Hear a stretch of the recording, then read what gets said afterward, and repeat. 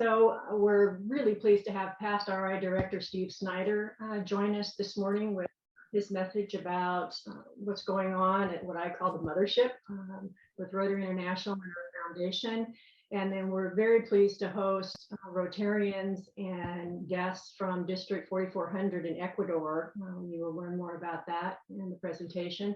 Tim's going to be leading a preliminary discussion about policies and procedures within our district on handling district and global grants, and looking for some input from you. And we'll hear from our district grants committee. And then we have 2 global grants for presentation today and approval of district designation. Thank you, Tim, for that. Mm-hmm.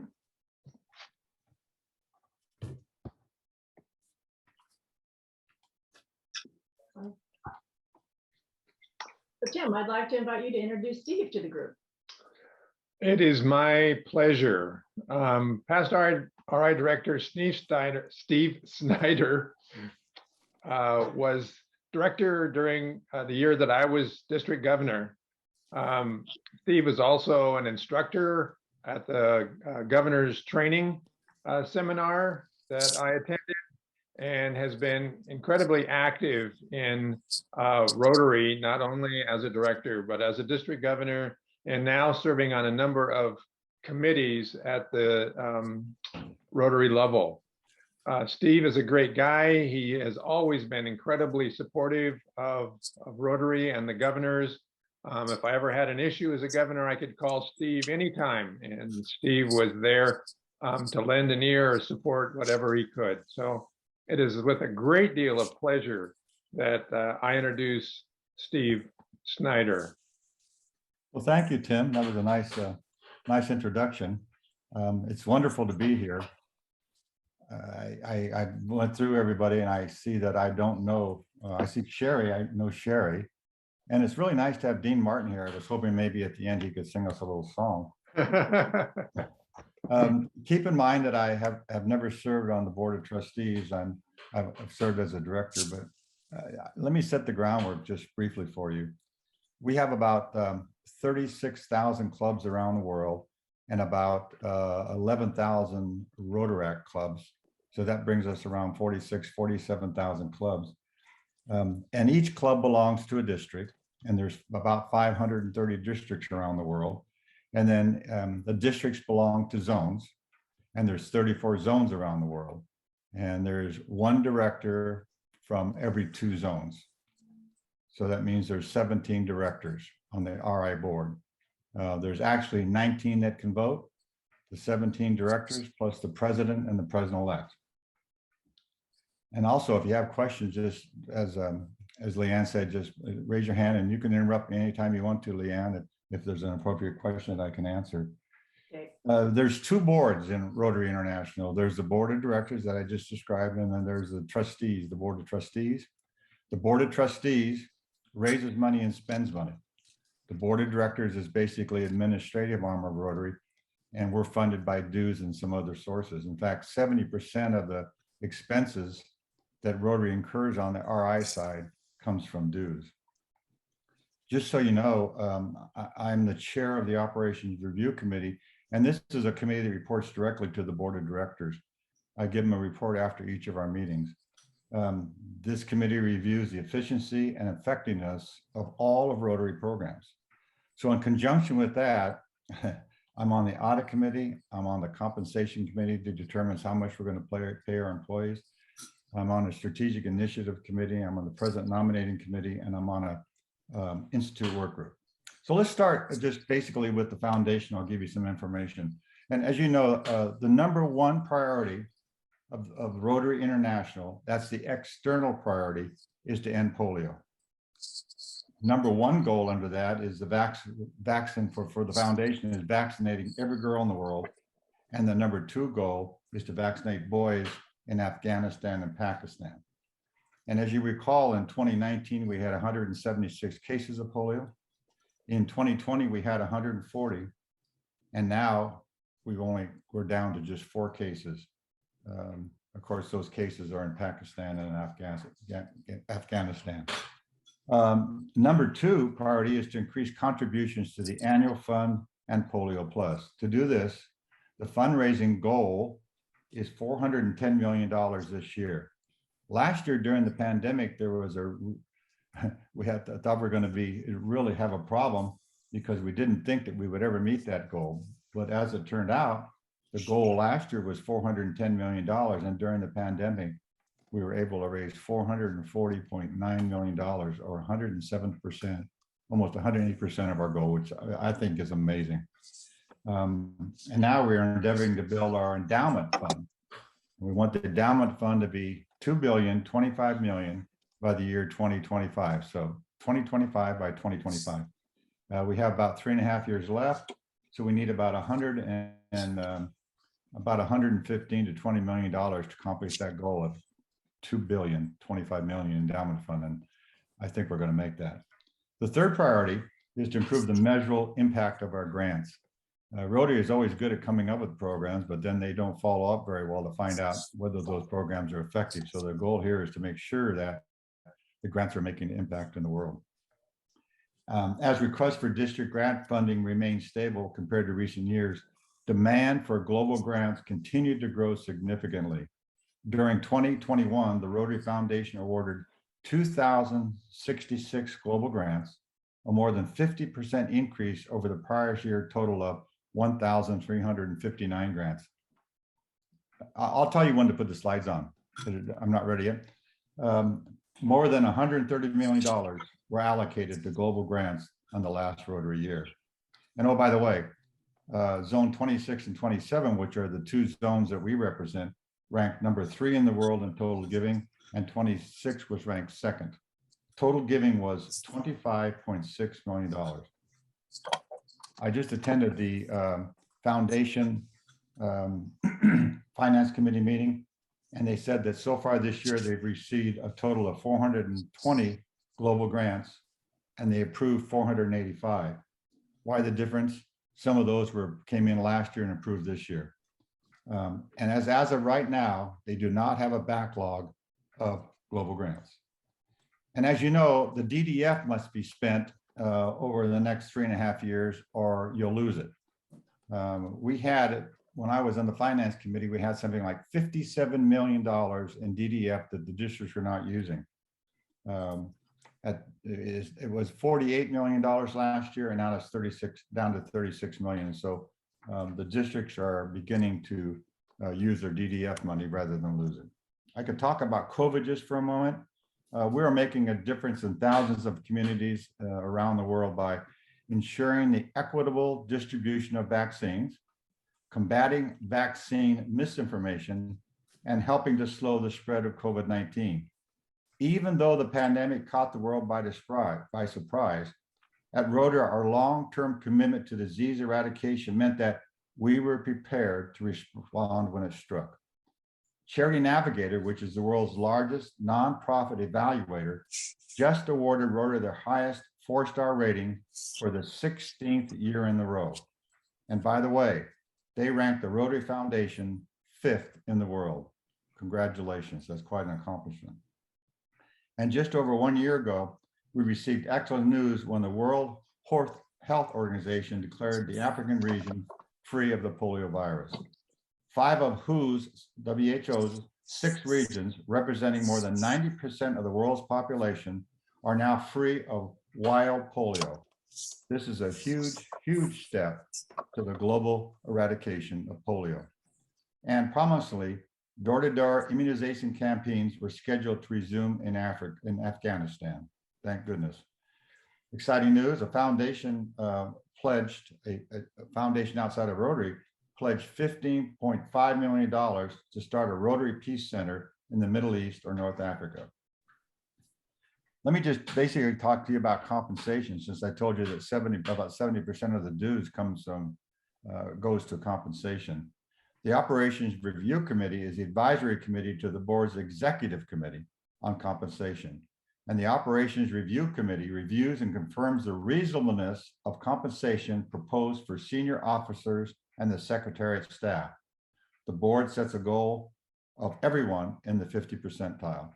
Our job is to review the compensation and then make a recommendation to the executive committee, and we're in the process of doing that right now. One thing that's been on a lot of people's minds is diversity, equity, inclusion. And this past year, Rotary took action to strengthen our commitment to being diverse, equitable, and inclusive. We want to ensure that everyone is welcome and respected as an employee, a member, or a partner, or even a program participant. Diversity is a Rotary core value, and we have no tolerance for racism, bias, prejudice, discrimination, or hatred because of skin color, ethnicity, religion, abilities, gender, or sexuality. We must show leadership on all these issues of intolerance, and we will speak out when we see injustice. I'd like to talk to you just a moment about membership. Our current membership is holding at 1.2 million members in about 217 countries and territories. But in the last 10 years, we have recruited 1.4 million members. Is that amazing? We have 1.2 million members and we've recruited 1.4 million members. It's stunning that we can bring in about 150 new members each year, but we lose about 155,000. And as you may know, the goal of this year is to increase membership to 1.3 million, emphasizing President Shaker's "each one, bring one." This focus supports our efforts to remain relevant and attractive to new members and to deliver an experience that engages and retains existing members. However, retaining our existing members remains both a challenge and an opportunity. We now know that the newest members are the most prone to leave. Why? Well, there's 4 reasons that we come up with: the club environment and culture, the cost, time commitment, and then, of course, unmet expectations. 60% of Rotarians think that enhancing participant engagement was one of the most important priorities. We should try and understand why they joined Rotary and then fulfill their expectations. Rotary has changed the rules to make becoming a member much, much easier. Clubs also may determine when and how often they want to meet, and keeping a track of attendance is not necessarily a priority. Growing membership is Rotary International's highest internal priority and a key element of our action plan. Of course, the eradication of polio remains our #1 external policy. I must tell you that you're going to begin to see the numbers for membership increase. Since Rotaractors are now members of Rotary, they represent about 200,000 people. So we could add that 200,000 to about our 1.2 million. So we could actually say, and we are saying, that we have 1.4 million members. And I told you there's over 10,000 clubs. So we could also say there's over 46,000 clubs. And then some of the things we're currently working on at Rotary. One is where we want to put greater weight on qualifications rather than tenure, such as eliminating the requirements that you must be a past district governor in order to qualify for a position. Instead, we want to make sure that we pick the best qualified candidates. 2, we want to reduce the responsibilities of district roles so working professionals can hold them. 3, we want to ensure that all communities include diverse representation. 4, we want to propose that we want to use gender neutral language in communications. And 5, have the membership committee develop strategies to increase the percentage of women in Rotary, but keeping in mind that a woman's place in society across cultures may have to be addressed in various ways that would make Rotary more accessible to all women in the world. And as I mentioned, the Operations Review Committee helps to determine the efficiency and effectiveness of all Rotary programs. So we are developing a program evaluation framework that will establish a standard way to evaluate all of Rotary's programs. There are 8 staff members, 3 past directors, and 3 current trustees. Rotary has somewhere in the range of 70 to 75 different programs. And what we're having them do now is they'll write a background paper so all programs meet the same criteria, and all new programs will go through the same process. Let's talk just quickly about Rotary's strategic plan. It encompasses our core values, which I'll discuss in a minute, And then we have developed with the strategic plan an action plan. And the action plan has 4 pillars: increasing our impact, expanding our reach, enhancing participant engagement, and increasing our ability to adapt. This action plan was shaped by input from Rotary members and others. It lays the foundation for new and exciting opportunities for all of us. The plan not only will guide Rotary International, but as clubs and districts are the core of Rotary, we encourage all clubs to develop their own action plan. Let's talk just briefly about the Strategic Planning Committee. We were asked by the Board of Directors to develop a 3-year implementation plan to transition to a new committee structure. Adopted by the board in April, they asked the ORC which is the Operation Review Committee, and the Strategic Planning Committee to form a working group to refine this new structure. And we want to make sure that it aligns with the action plan that I just covered, and that would create more joint committees. With a new and improved visioning program, all clubs across the world can set a vision and goals over the next 5 years. And if you don't have a visioning team in your district, perhaps your district can get one started. Personally, I believe our ability to adapt is critical to Rotary survival in today's environment. I am sure that what we once called normal is no longer normal. So if you could start the slideshow, please. I think it goes. Yep. Okay, ready?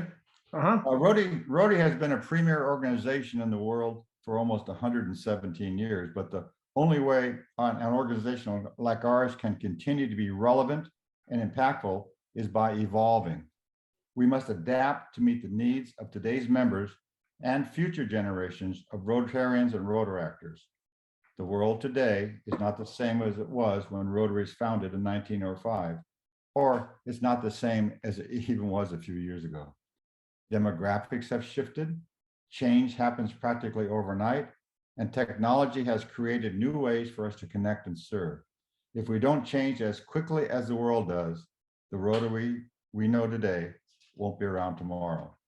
And I mentioned just briefly a little while ago what Rotary's core values are, and here they are. There's 5 of them: fellowship, integrity, diversity, service, and leadership. And what's amazing about our core values is that we've always had these core values, and that doesn't change from year to year.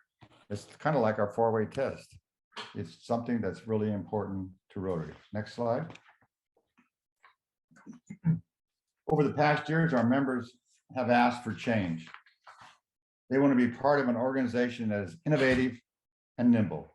They want equal opportunities to be leaders, and they want Rotary to be able to adapt quickly to the evolving needs of members and the communities.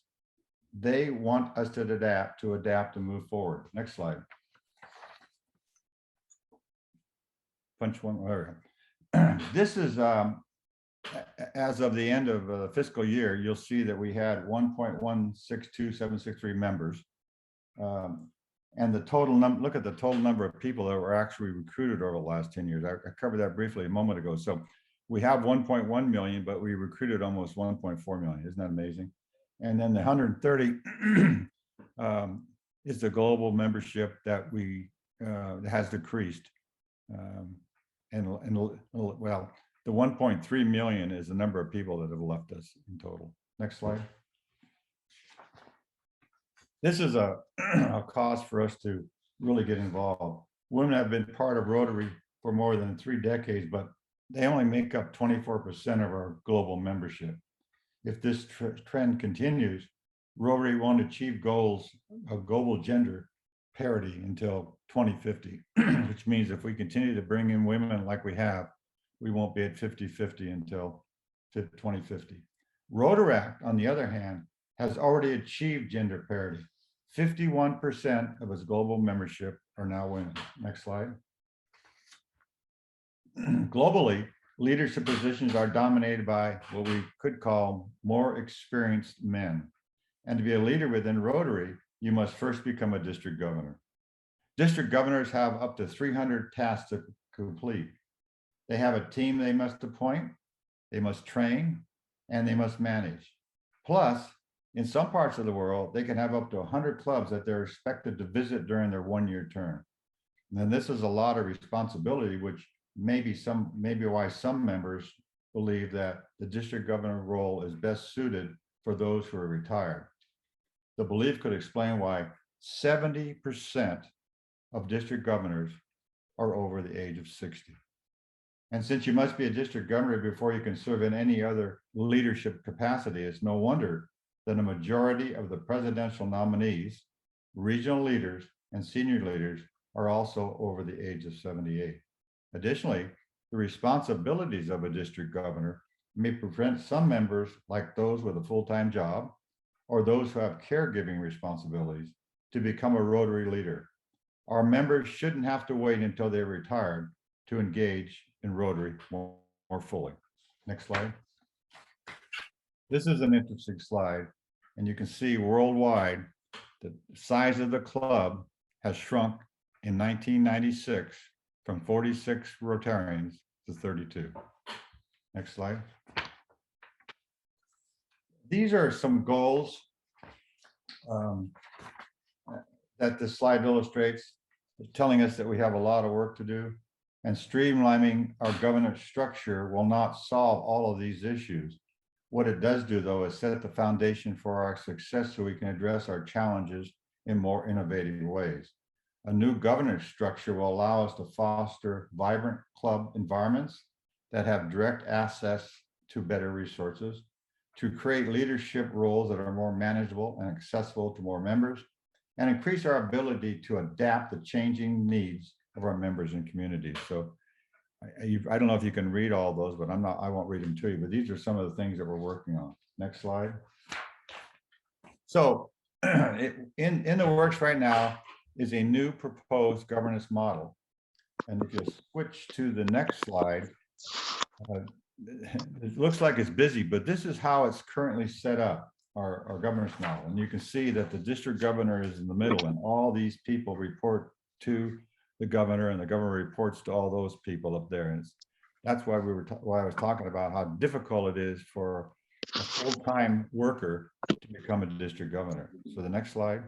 So and I'm not going to get into this all the way, just keep clicking until it shows. But what we're trying to do is streamline it so that we can interact with clubs better, the governors have less responsibilities, and we can provide the resources that all the clubs need. Members will continue to belong to a Rotary or Rotaract club, but clubs will be grouped into sections. Each section will have 10 to 30 Rotary and Rotaract clubs, with a section leader providing guidance and motivation to help clubs. Districts will be restructured into regions that are governed by locally a regional council. And finally, there's a board of directors and trustees, along with a newly created global cadre of experts. They would provide direct support to members, clubs, and regional councils. Each member, Rotarians or Rotaractors, within a region can apply to and elect their regional council representatives and section leaders. But let me tell you again, this has not been approved by the board of directors.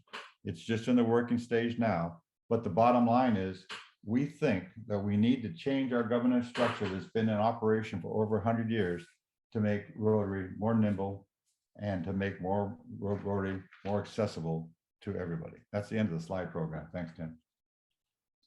Let me briefly talk to you just a moment about the Council on Legislation, in case there's no more slides, Tim. In case you don't know what this Council on Legislation is, it's a body of past governors, one governor from each district around the world. So there's about 530 people in attendance. And this council, this is the only way that the bylaws or the Constitution can be changed. Now, it meets every 3 years, and districts and clubs may submit enactments to the council on changes that they might like to see. We're hoping that we'll be able to do it in person, but that's yet to be seen. And I don't know if everybody knows what the International Assembly is. That's where we train all the governors from around the world, but that has just been canceled, and that's going to be done virtually now. Currently, there's 92 enactments. 13 have been proposed by the Rotary International Board. And some of the things that are being proposed, for instance, Rotaractors could be from age 18 to 40. That Rotaractors could be on an RI committee, like some of the committees I just discussed. And they could also be on the council legislation, and they can submit enactments. Another one that's up there now is that the General Secretary, John Huckel's job, would be either 2 4-year terms or 2 5-year terms, which means that they would be term limitations. My Rotary, the website, we revamped the public pages, which seems to be working okay, but the login and search engines and Rotary.org itself is still as bad as you probably think it is. And I think that, I know they're working on it, but I think it's going to be at least a year before they get that handled. Under finance, we're putting in a whole new computer system. Before, we had 54 separate entities that this system had to consolidate, and they couldn't do it. So now we have a new system that will be able to speak to each of the other systems. For instance, we have 8 international offices, and in some cases we weren't sure that we were getting the right information to provide the correct tax forms. And so this whole new system will take that over and hopefully take care of all of these problems. We're paying grants more rapidly now, hopefully. There was a problem initially when they changed over where the grants were being delayed. And your contributions, you were not receiving tax receipts in a timely manner. We'll come to find out they were trying to issue 10,000 receipts per day, and with this new system, they got way behind. I think now they're caught up. So if there's any problems still out there, just let me know. On the youth exchange side of things, the district chair now can only serve 1 3-year term. Why?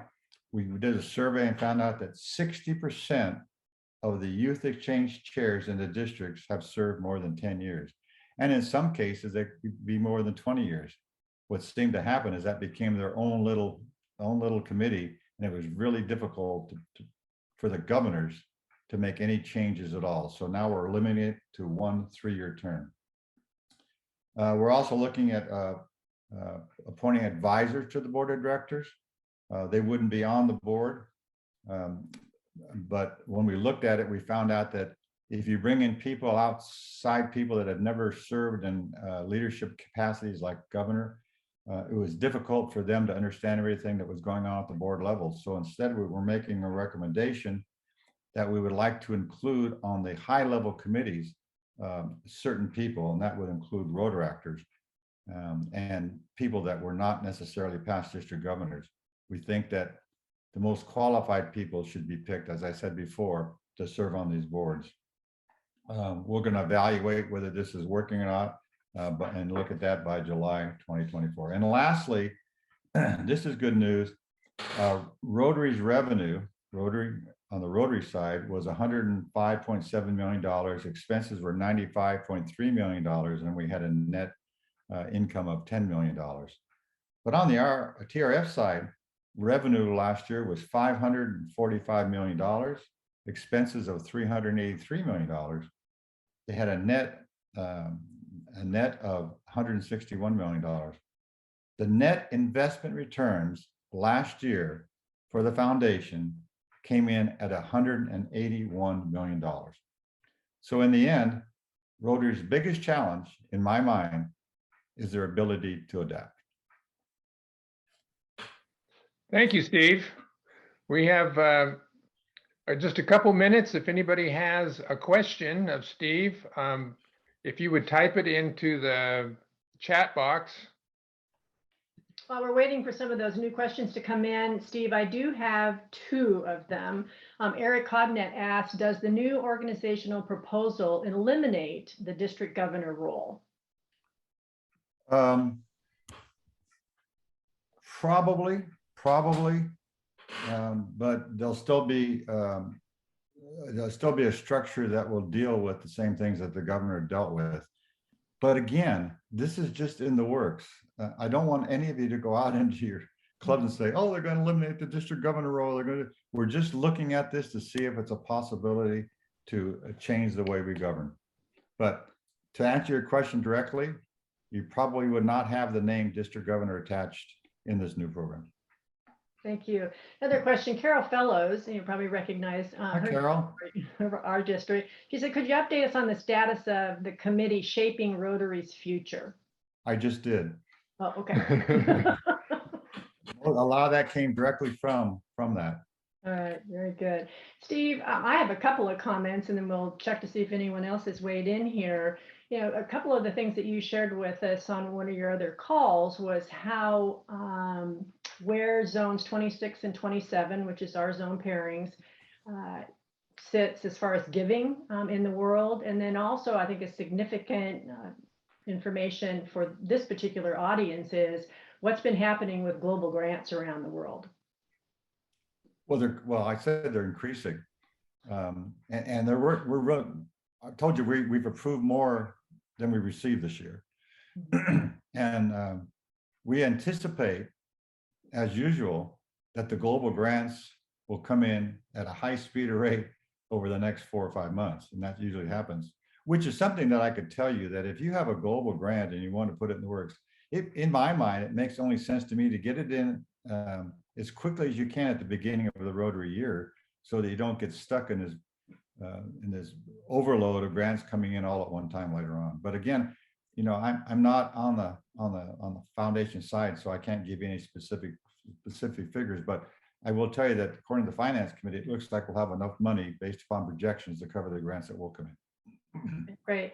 And is it, help me with my memory here, our zones, didn't we come in either #1 or #2 in the world for our giving and polio donations? Yes, that's correct. That's correct. This our 2 zones are, you know, way ahead of the world in all the giving. I could have gone into all those different areas, but we are known out here in the West as one of the best giving district or best giving zones in the world. Right. Great.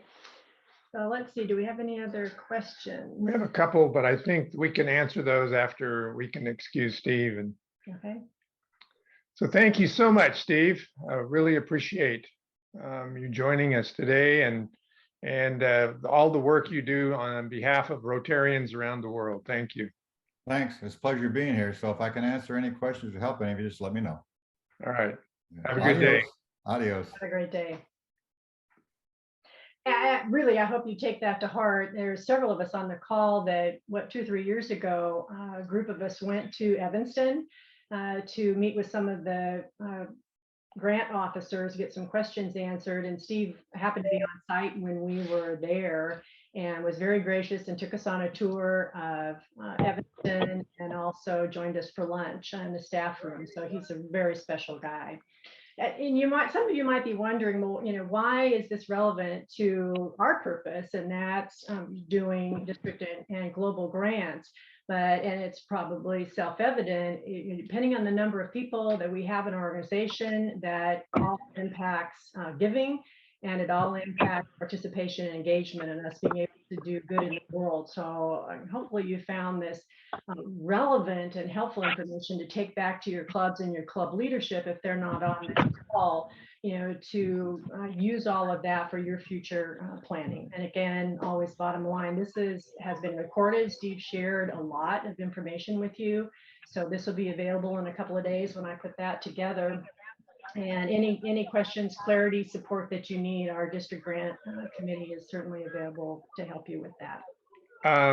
There was 2 other questions that we'll just address just briefly, and then we'll move on to the next segment. Can someone describe the endowment fund? The endowment fund is a fund of Rotary Foundation where only the interest is used to support Rotary programs. If you want to know more about the endowment fund, you can find information on the Rotary website. There's somebody's not muted. I'm looking. Or you can email Leanne or myself and we can direct you to more information. And the last question is, might the increased revenue and donations change the grant matches? That's something that the Rotary Foundation trustees review annually. And as you know, they just made an adjustment down, and that's because the number of global grants increased so drastically. So hopefully, if people continue to donate to the Rotary Foundation and it increases, that they will be able to change those matches. After our presentation today from the Rotarians that Leanne's going to introduce, we're going to talk about the budget. And maybe when we talk about the budget, you can understand the matches and how that all works. So Leanne, I'll turn it back over to you. Great, thanks, Tim. And if you open up the PowerPoint again with that slide, I would appreciate it. And while we're making this transition, several of you joined us a couple minutes after we had started this meeting. So I encourage you to put your name into the chat box if you're new to this meeting, and we'd love to connect with you and include you in our future mailings and invitations. So put your name, club name, and your preferred contact email information into the chat box, and I'll make sure that you get all future correspondence from us. So I appreciate that. What you see on the screen now is the vision statement developed by a couple of us on the District Foundation Committee after we visited Evanston, that meeting I referenced earlier. And I'd like to read it to you. District 5110 will be recognized as the best district at writing global grants in our zone pairing. We will create and maintain a positive reputation built around who we partner with and how we construct and execute our global grant projects. But stepping off from there, I think one of the things that occurs to Tim and I as we began participating in these meetings, and we've heard comments from others before as well, it's really a great way to get outside our own clubs, our own club culture, and our own club projects. And we've learned that across our district, we are all of our clubs, a collection of and supporting each other, and we come together at these meetings to do good in the world. And I think through that process, we also create that reputation that I was just referring to for our collective giving and engagement in our global grants. And that reputation is important as we continue to partner, look for host clubs, particularly in districts, because that provides us opportunity and it provides us money for our projects. As we mentioned earlier, there's a lot globally going on with the number of global grants that are being done. We have also noticed at our district level that we've declined a little bit. We're guessing maybe this is due to COVID. That seems the obvious answer. And also a new level was added a couple of years ago with the community assessment that needs to be done prior to the grant. And then quite simply, in my opinion, because of COVID, we've had an inability to do our fundraiser. So maybe those are just some of the factors that are influencing the number of global grants that we are seeing in our district. But also, I think we're frequently asked, you particularly get this up at PETS if you've gone through the President-elect training, is how do I find a project? How do I identify club to be working with internationally? How do I build and create a grant? How do I get experience doing that? And you get the idea. And I think again, I come back around to that vision statement as future participation is, dependent upon what we're doing now. And now this brings me up to the next introductions, because there's been a change at the foundation as far as Rotaractors. How many times did you hear Steve Snyder say mention Rotaractors today? That as of January now, Rotaract clubs can apply for district grants. So meaning in our district, June 1, a Rotaract club. July 1. The applications due June 1. A Rotaract club could submit a project for a district grant.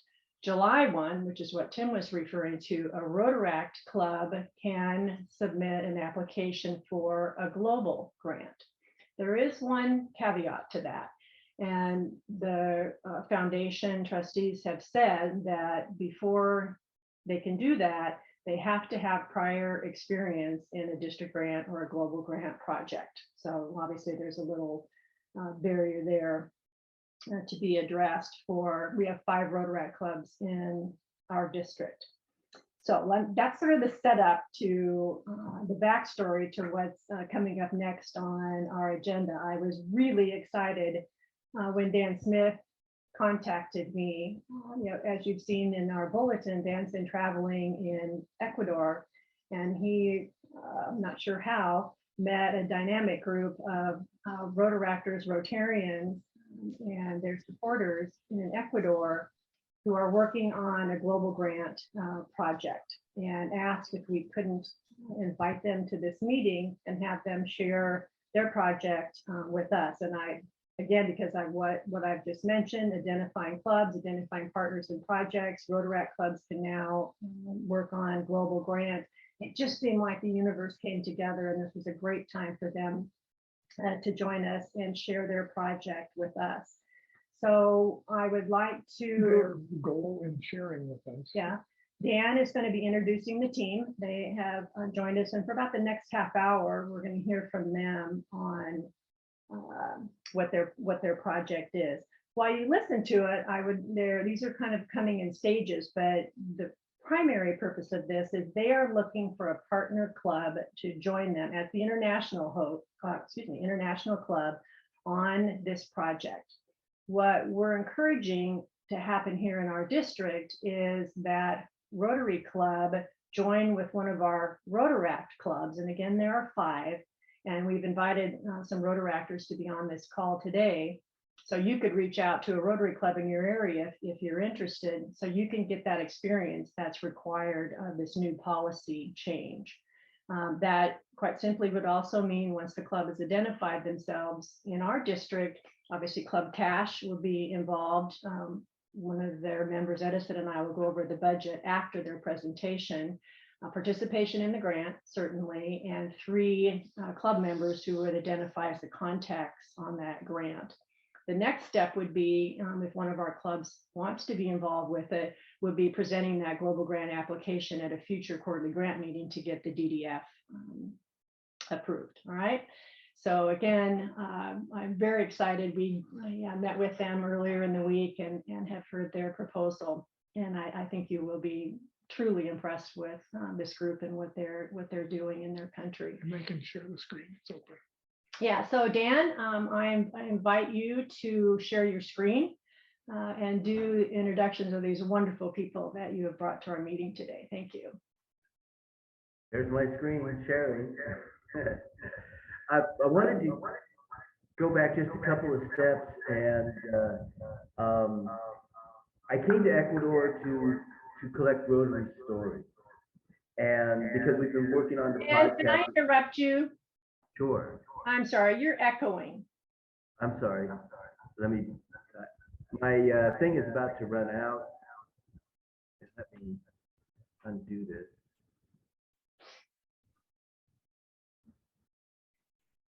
How's that? Nope, still there. I'm still getting an echo. If he's not using a headset, there's a conflict between his computer and his headset.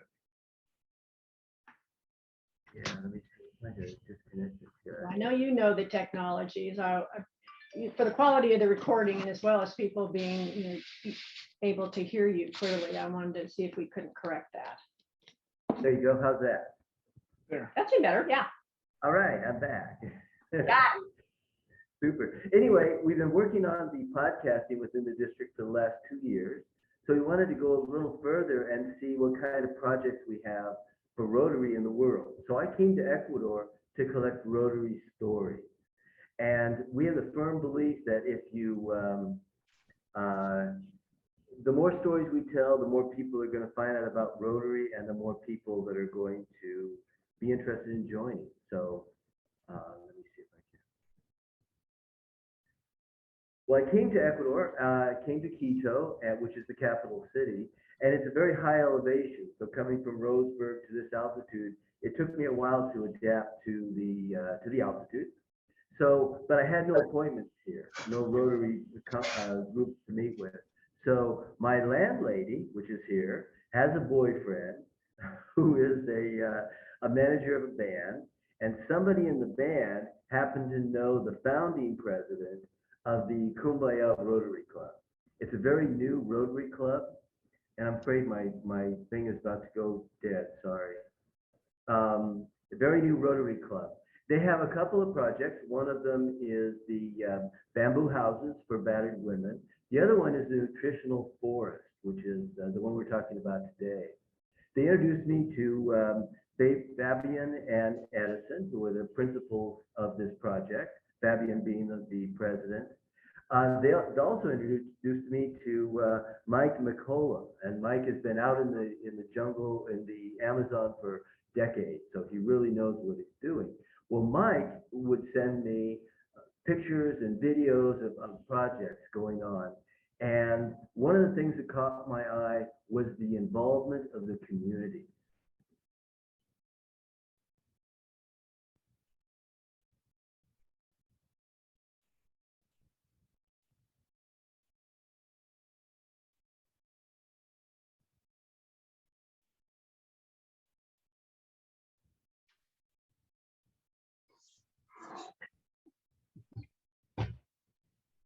For these projects, the whole village comes out to participate, even the kids.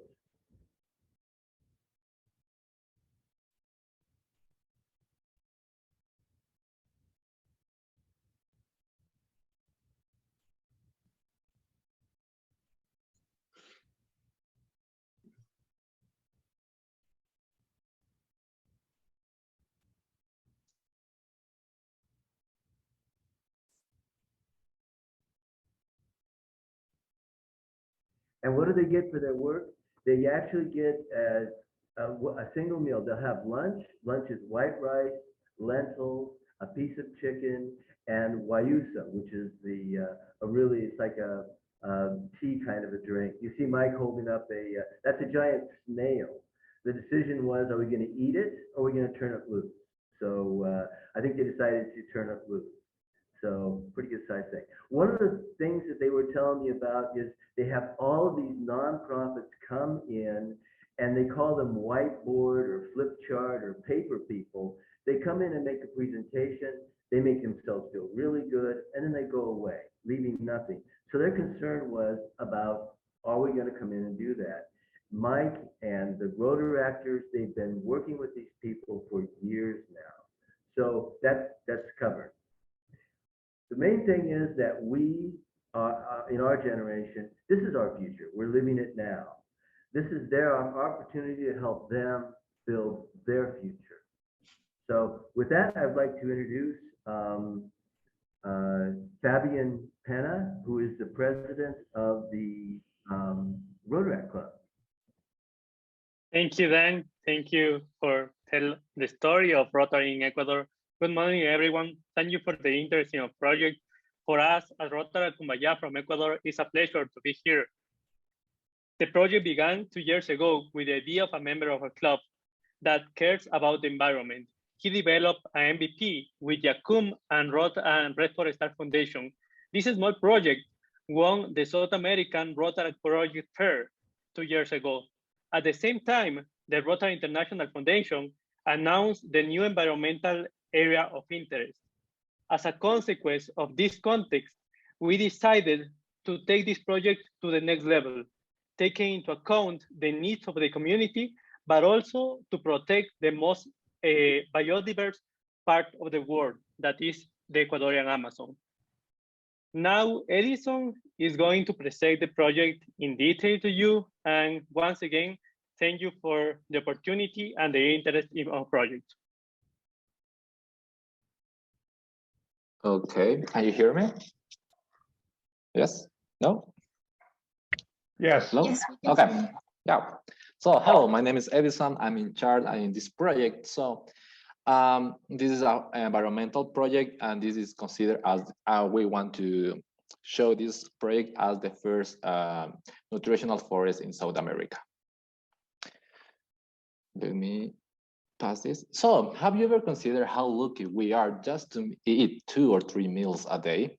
So we did a M&A, a mini nutritional assessment, and also we did a survey in the economic part in these communities, around the 80% of them. We surveyed the 80% of the population, and the results here in this community was very shocking.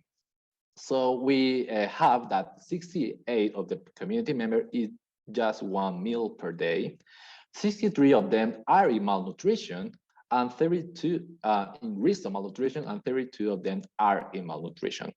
That was some of the results that this M&A, the mini nutritional assessment, showed. And also for the economic part, the result was that the household average income is just $65 per month. So just you to know, the average, the basic average salary here in Ecuador is $300. So 65 is just a really small part, and they cannot cover their own needs, their own basics need. And also the ground, when we try to, or when we are going to forest, was 40 years ago deforested by a missionary group that they just wanted to achieve economic development, but they left aside all the environmental part. So now Mike is going to introduce how we came with this awesome idea from the bottom to the top. Mike, are you there? Good. Yeah, I'm here. Good afternoon, everybody. I'm here with some of the leaders from the Sacha Waisa community and some leaders of the Sacha Corana young people's group. The idea of the food forest or the nutritional forest comes from that traditionally the nationalities that live in the Amazon here had very species-rich home gardens. They had between 100 and 250 useful food species that they would grow. Because of different developmental pressures, much of that's been lost, and lost recently over the last 30 to 40 years. That diversity has gone way down. We live in a very interesting, beautiful area. We're at the foothills of the Andes. We're surrounded by 5 national parks. The biodiversity levels for forests are the absolute highest in the world. And also that's reflected by the cultural diversity of the people who live in the forest, who traditionally manage those forests and look for seeds in those forests to develop a balanced diet. As mentioned, income is very low and nutrition is very low. This project over an 8-year period will address both the income needs. We intend to increase income by about 50%, and we intend to provide a complete nutrition with some interesting species. We have fruits that produce good levels of protein. We have other nuts that produce all the good omega oils. We have other species that have 30 up to 100 times as much vitamin C as citrus. Yakum's been working on these food forests for about 3 years. We work with 21 communities and 4 nationalities throughout the Amazon. And this project will result in growing 12,500 trees of 110 species. And there'll be positive impacts, we think, for conservation, nutrition, income generation, carbon offsets, soil regeneration, community organization leadership, as there's an educational component to the project. For education, we're including bikes, which in addition to the reforestation, will be available for getting kids to high school. It'll provide for a platform for youth groups in our area to extend to new communities and grow their impact. There'll be a lot of replicability, or we can scale up the project. We have a serious monitoring program, and based on our work with the 5 communities, we'll have the elements monitored and evaluated to upscale or scale up the project in the future. Later at the end of the presentation, we'll present some of the community members and they'll talk about the project as well. Thank you. Good, thank you, Mike. So now Sebastian, the president of the Red Forestal, another foundation that is working with us, is going to intervene. Hello, everyone. My name is Sebastian. So I'm going to tell you a bit why there is a need for intervention. On the one hand, we already saw, as Edison told us all, that there is a dire nutritional need in the communities. because their usual diet, so to say, has been a bit disrupted through the development processes. So it is important to improve their nutrition because this leads to a better health. It has an impact on life expectancy. It lowers the health expenses. It also, in general, improves the life quality of the people, and it also gets kids to school, which has been proven. So, as Mike already told us a bit, the goal is to recover a nutrition based on native and endemic species that here in the West would be considered superfoods, that have several the vitaminic or mineral content of what we could call the usual food products that we eat. We also want to restore degraded forests with benefits for biodiversity, because not all the food that is produced will be eaten only by the community, but also by local wildlife like mammals, birds, and so on. And this is, as Michael already told, in the most important biodiversity hotspot on the planet due to the altitudinal levels, because it's a transition from the Amazon to the Andes. So we have a mix of species, both from the Amazon as well as from the Andes. We're going to provide heavy-duty buffalo bikes for mobility to transport the plants to the reforestation site at the project start. But in the long run, these bikes can also be used so that school children so that children get to school, because there is a lack of adequate transport in the region. Okay. So what is our proposal? What we want to achieve? Well, this project is to plant 12,500 trees. We are going to cover 100 endemic native species. Just to know, a normal project, a normal good project for reforestation will be to plant 20 species, 20 endemic species, but we are really in the age of this conservation and we want to achieve 110 endemic native species. Just to know, all of them are not producing trees. So with this food forest, we are going to have a production.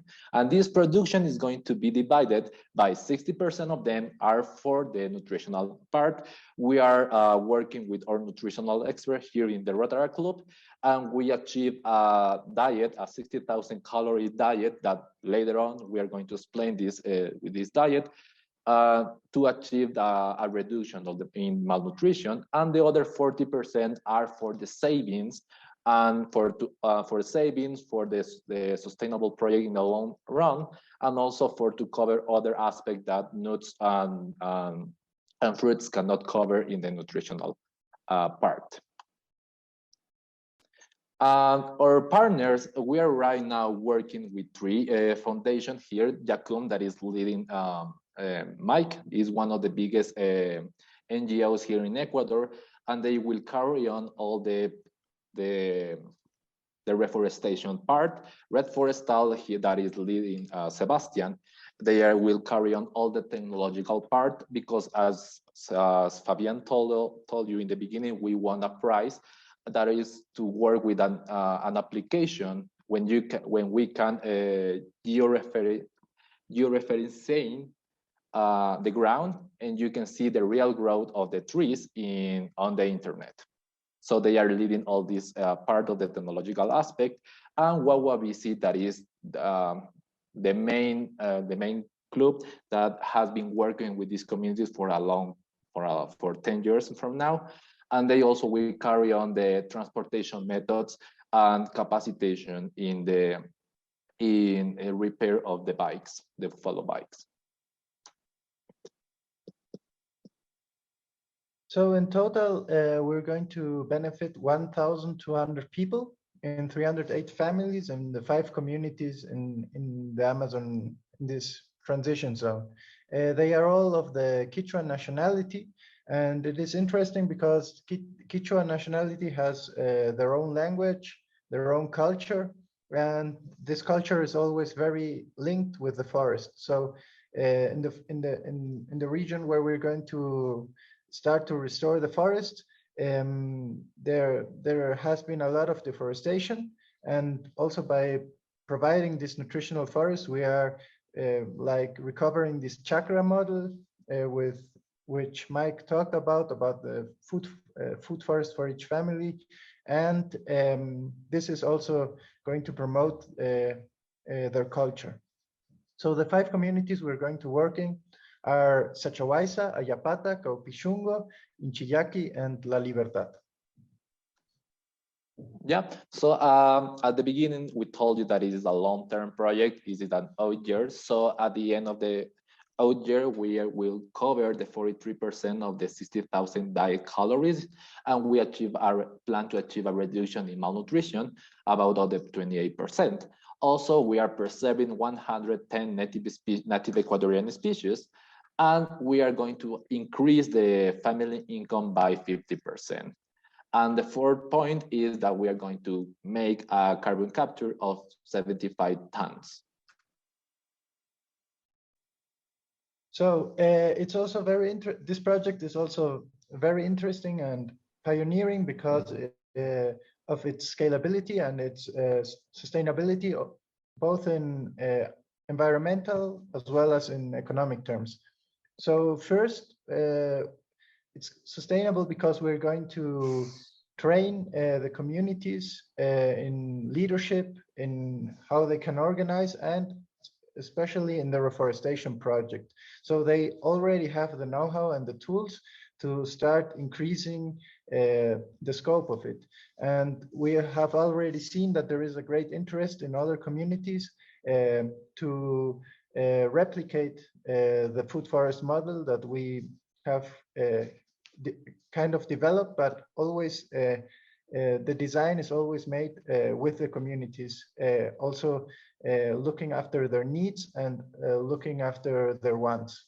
So secondly, we expect to generate an income through the selling of forest goods, and we expect that 15% of that income can be saved to have economic sustainability within the communities and the project.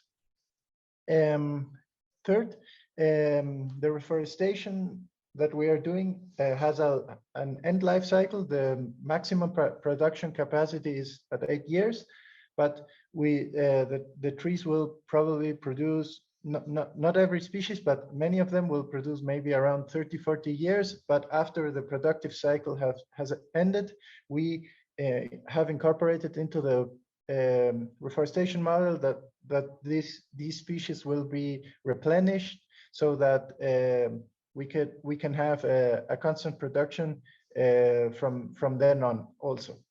It is very important to note that this project is very scalable because we use 20 commercial species. This is very different to other projects that use native and endemic species, because as Edison already told us, normally it's around 10 species, and right now we are hovering around 110 species. And we want to introduce 90 new endemic and native tree species. Also, the tools that we use, the know-how and the equipment can be reused, which also improves scalability. And as Mike already told us, we have introduced a selective and scalable monitoring for the project, because that is also very, very important for reforestation projects, that there is a good project impact evaluation and a good monitoring in general of how the project goes. So it can also be replicated on a regional level, because it has been scientifically proven that indigenous communities are the best ecosystem conservators. We could expand this project through networks, associations, nationalities, and communities of indigenous people. Also, always taking into account that this project looks to start the reforestation from a bottom-up organization and not from a top-down organization, so that it can, on the one hand, organically spread and grow. Another thing that is very interesting is that the youth seems to be the main promoter of reforestation projects, because they are, on the one hand, interested in restoring their forests and also interested in conserving their culture. Last but not least, it can be tied to ecotourism or other development initiatives, which can improve the income for the communities and are good for local development. So in general, this project is very scalable, and it could be also applied to other communities that are not necessarily from the Quechua nationality, but from the other 40 nationalities that we have in Ecuador, and also along the Andes, the same transition zone from the Andes to the Amazon on Latin American level. Yep, thank you, Sebastian. Because we have this common ground, this is really a scalable project. So if this can work in the Ecuadorian Amazon, can also work in the Brazilian Amazon, in the Peruvian and Colombian Amazon. So now we have the nutritional assessment part. So please, Majo, can you present? Hi to everyone. I will talk to you about the nutritional aspect in the project. So first of all, standard diet was calculated, including all the food groups. And out of this, only the fruits to be obtained from the plantation were taken into account, like fruits, legumes, some vegetables, and others. From these groups of food, it was estimated that approximately 26,000 calories per month per person will be covered just by the food forest, which is equal to the 43% of the total of the diet. So this 43% will be achieved at the end of the project. And then how we will achieve this is in the first 2 years, we'll be covering the 3% of the diet. The next 2 years, the 9%, by year 5, the 17%, and from year 6, the estimated 43% begins to be filled. And to measure the progress of this part of the project, anthropometric measurements like weight, height, body mass index will be taken every 6 months along the 8 years of the project. And also nutritional service like the one we did at the beginning, which is the M&A, the mini nutritional assessment, will be carried out to see how the reduction of malnutrition in the communities is going. So to achieve this goal, we need an initial boost of $65,000 that will be spent on the first 4 years of the project. The breakdown of the budget, Edison, could you please change the?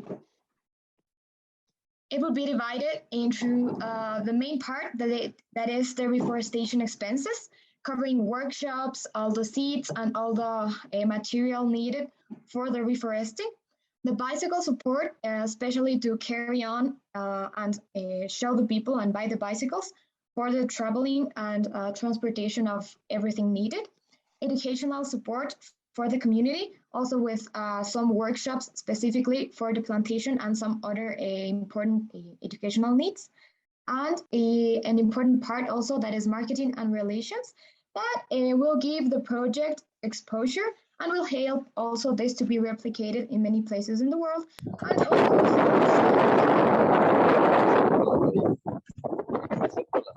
somebody, you the person. Okay, if you can hear me, I was saying also the marketing and relations part to show the impact that Rotary has in the world. Evie?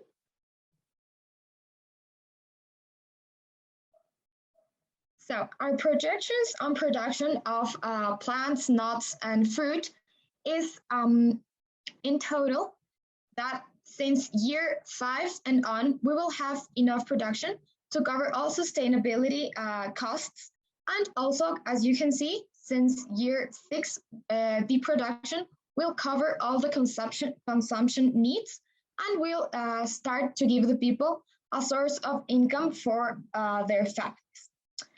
Next, please.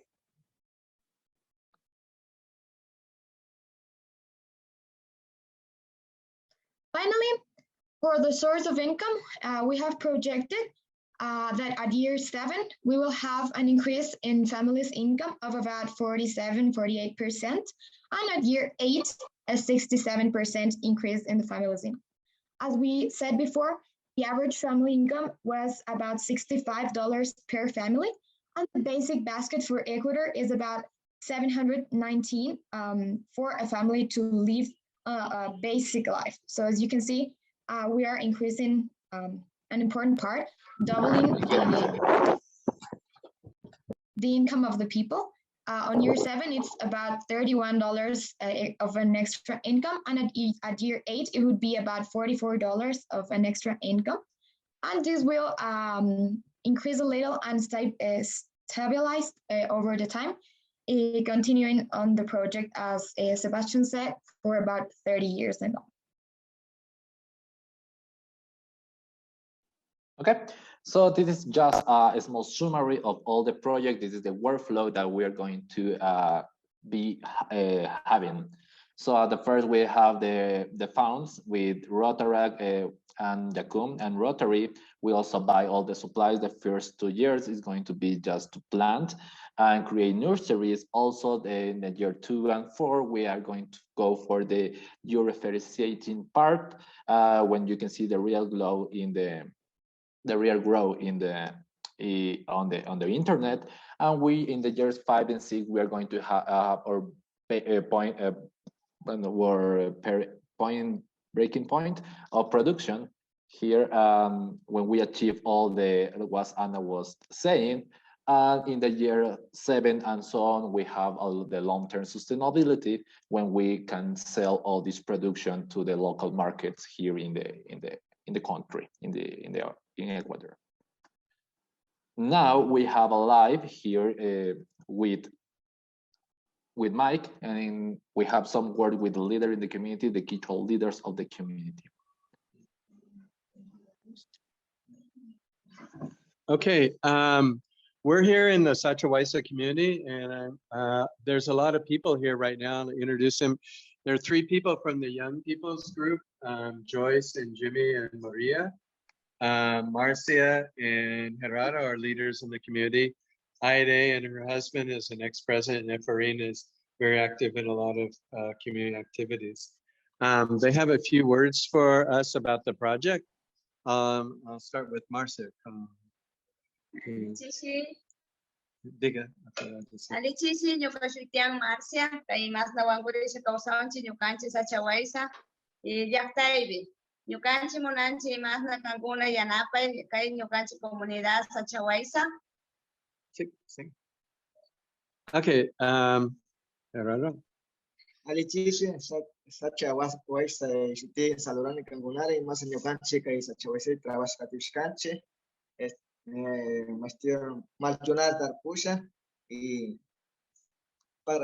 Okay, they're both saying they'd like to welcome you to Sachahuaysa. They're happy to talk about the project, and they're happy to talk to you from Sachahuaysa sobre el proyecto. Sinagara nyukanchi kay yanga sa kajushkanchi kay proyecto, kay guna kuyash kay wagunama sa Chiquirana kay mas na nyukanchi sa Chahuaysa yanga sa kajushka. Ruya gunara tarpucha, masa nyukanchi alpa pachamamara causa chingawa kay Ecuador mamriaktaide, masami nyukanchi kay Amazoniaide.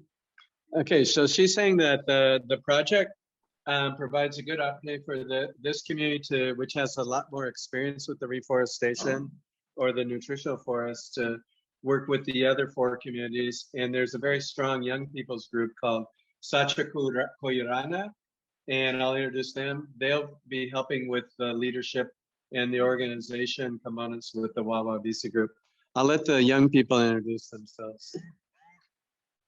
Yukashutimian Joyce. Yukashutimian Maria. Okay. Yukashutimian Aide. Nyukashutimikan Efraín. Nyukashutimikan Fausto. Nyukashutimikan Gerardo. Okay. Bueno, diga sobre el proyecto. Anyukanchi masa shina ta yakio makio katiushkanchi sacha waisa sinaliara kai wawakuna malta wawakuna paina mushu ya chere katirano sacha kuirana awa kuna tiempo kai wawakuna rexisha riano mushu malkikunara ahí nyukanchi charente ashka malkikunata arpushka kai manda wate manasha mas wataunama ali mikuna nyukanchi mikuna same.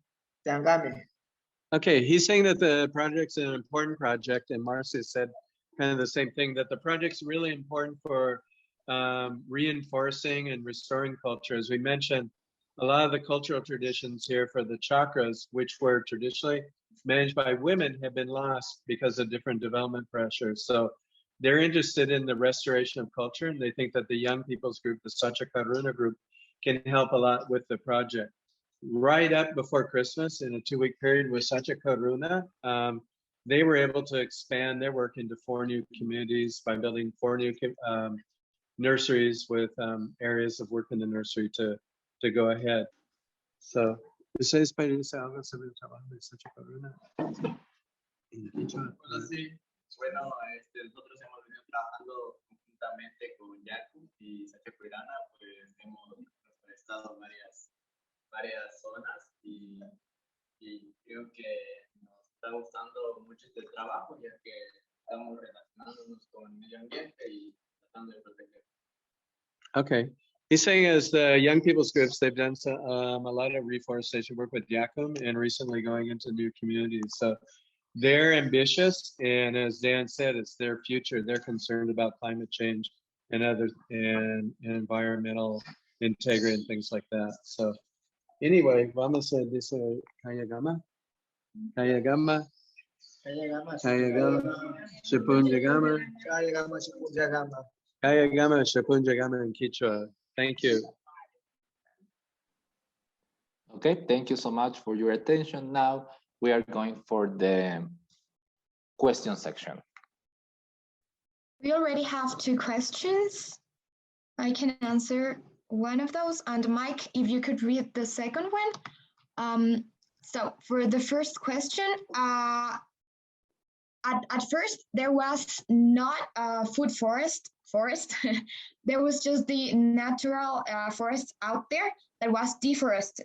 So it's not a part of food forest recovery, but reforestation with a food forest for reforesting and also using it for helping the community with the nuts and plants.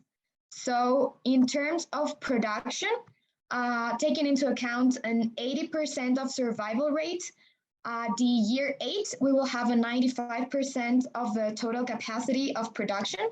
That means about 190,000 kilograms of production by year 8, as I already told you. And now for the who is going to do the harvesting part, as Dan told you in the beginning, a group of the members come together to work for the environmental part, for the nutritional part. So they will carry on all the harvesting, and this is also called mingas in Ecuador in Spanish. Okay, so they will do the mingas when it's time to harvesting.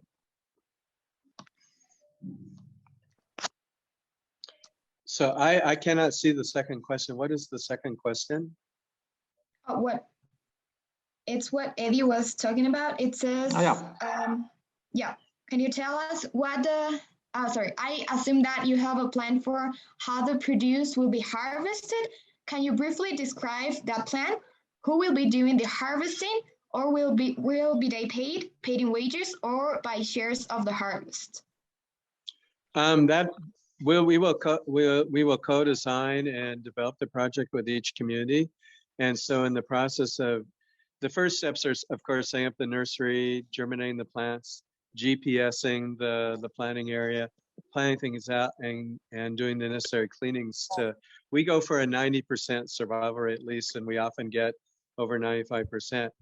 Harvesting will be done collectively by the community in Mingas, and there'll be previous discussions about how to organize the harvest. The Mingas are part of the culture here in terms of work. And you saw those in the pictures that Dan put up. One of the themes that's very important in the communities is equity, so that everybody gets a fair share of the food once it starts coming online. So that will be part of the process that we'll look at carefully and co-design with communities over time. So I think it'll be non-paid work because the communities will be benefiting from the fruits and nuts and palm fruits and medicinal plants and handcraft plants that will be produced.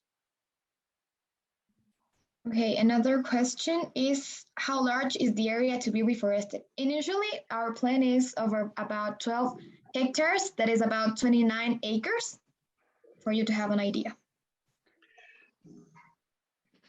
That again, that depends on the communities. They can decide on the spacing. It could be between 12 hectares.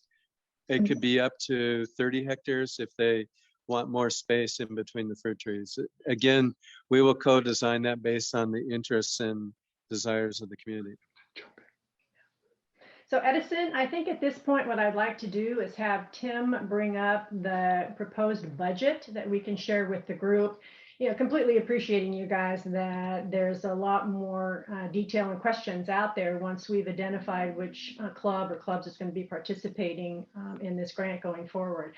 But I have to say, listening to this for the second time, what comes to mind is an old Chinese proverb that says, the person who thinks it can't be done needs to get out of the way of the people doing it. And from your comments in the chat box, I think you can already agree with me what an impressive, exciting project that this is. And I'm so grateful for Dan to introducing us to this group and this project. And I remain hopeful that with more information, we can identify an international partner from our district that will participate in this.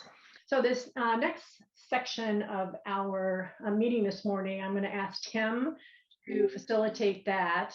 Tim, you want to cue everybody up and what you're going to do? Sure. So before we get into this next section, I see that we'd like to get back kind of on our regular agenda. And we have our district governor on the call. So Jerry, would you like to say anything? Yeah, well, first off, I'd like to say this has been the most impressive hour so far, and a very, very great connection that Dan Smith has made down there in Ecuador. I knew he was going down there to do podcast, and I was amazed that he's made such a great connection with the group down there. It just underscores the fact that there is great humanitarian service going around the globe. Some of it we know of, and some of it we don't know. In District 5110, we've faced many challenges, just like the rest of the world with the pandemic. It's limited our travel, sent us to this digital platform instead of in person, but still we have persevered. And I think we are growing as a district in the world. We've been challenged by RI President Shaker to bring one to the meeting. Every member bring one. I've challenged members and will continue to challenge every member of District 5110 to pony up $26.50 at a minimum to the foundation to keep our foundation growing. As just as the Steve has mentioned, we're a Charity Navigator star for 16 years in a row. So I continue to have enthusiasm and a positive feeling about things, despite the pandemic, which continues to plague our normal activities. But the future is bright. It continues to be bright. And thanks again, Tim and Leanne, for your work with putting this together and bringing the Ecuador folks into the mix here. Thanks, Jerry.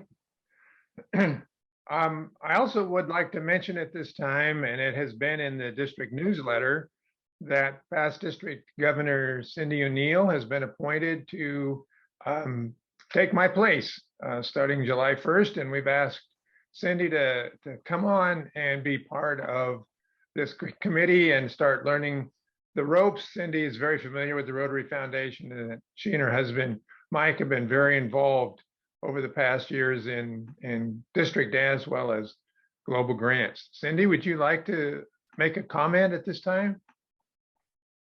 Well, sure. Thanks for that introduction, Tim. I'd just like to say that local and global service has always been my passion in Rotary, and it remains so. And I look forward to stepping up to the plate, as Governor Jerry says, and serving starting July 1, 2022 as the incoming District Rotary Foundation chair for this great committee that's always been great. And we want to continue to pursue our vision that Leanne put forward at the beginning of the meeting. I look forward to the appointment, and I'm listening real hard on how to continue to make this a great committee. Thanks so much. Thanks, Cindy.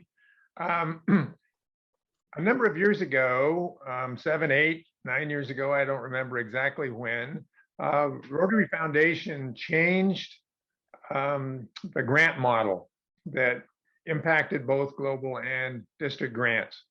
It gave districts wider latitude in setting district grant policy and somewhat less latitude in global grant policy.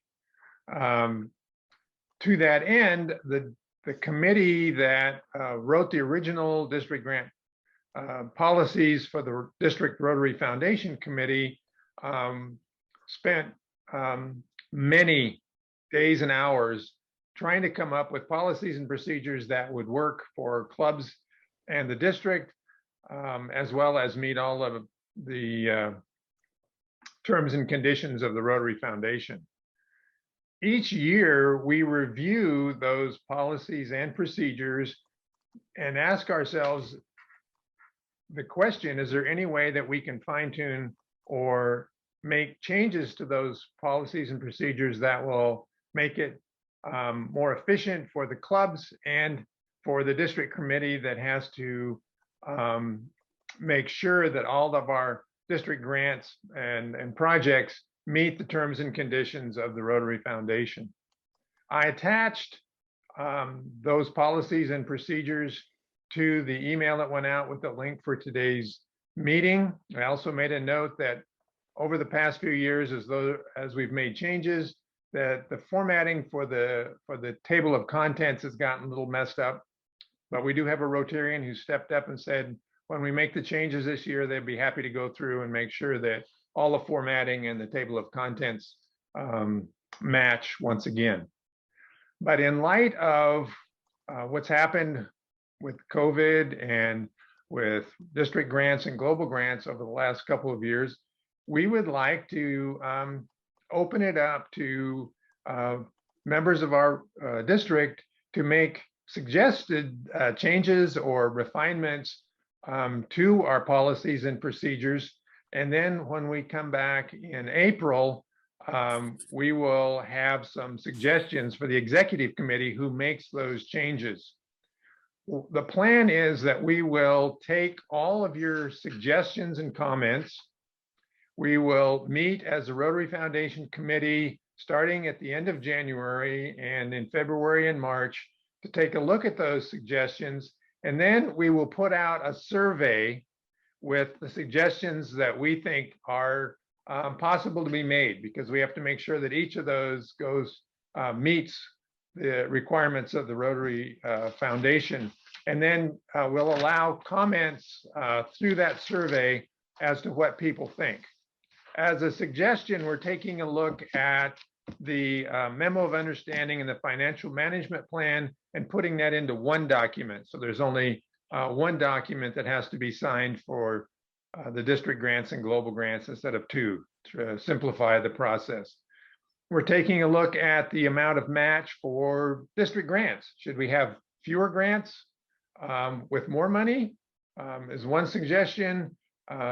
So there's a number of suggestions that have been put forward, but we want to hear from you and what your suggestions are. And this is the format for doing that. You can put them in the chat box today if you like, or you can send Leanne or myself an email with your suggestions, and all those will be forwarded to or taken to the Rotary Foundation Committee when we meet again in January. And so you have, a few weeks, and we'll probably take suggestions up through February before we start trying to pull them together and make some sense out of all of it and see what might work best for Rotary clubs. And again, our goal is to make it as easy as possible, as efficient as possible for clubs to do district and global grants, as well as make it efficient for our district grant committee, who has to manage those 50 or 60 grants and make sure that all the projects and all the receipts and for the funds that are spent are meet the requirements of the Rotary Foundation. Does anybody have any comments? I'm not looking for suggestions right now, but just comments on our process and what we're thinking right now. If you do, you can raise your hand or you can put it in the chat box. Just unmute yourself and make your comment.